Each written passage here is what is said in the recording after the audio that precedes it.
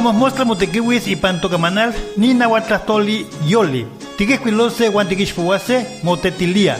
Que matiquesquiloa xochitlastoli tispanquixtia guanachiu tieschiwa. Tlatichiwa xochitlastoli no quia cuali monelixmatis y pantlastipactli.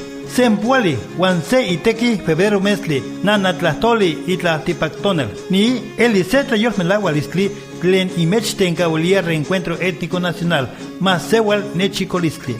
Hacer uso de manera cotidiana en nuestras conversaciones, el idioma náhuatl se mantiene vivo. Escribirlo y leerlo se fortalece. Al escribir narrativas, la enaltecemos y sobre todo la embellecemos. Las convertimos en obras literarias. También pueden ser reconocidas universalmente. 21 de febrero, Día Internacional de la Lengua Materna. Este es un mensaje del Reencuentro Étnico Nacional, Asociación Civil.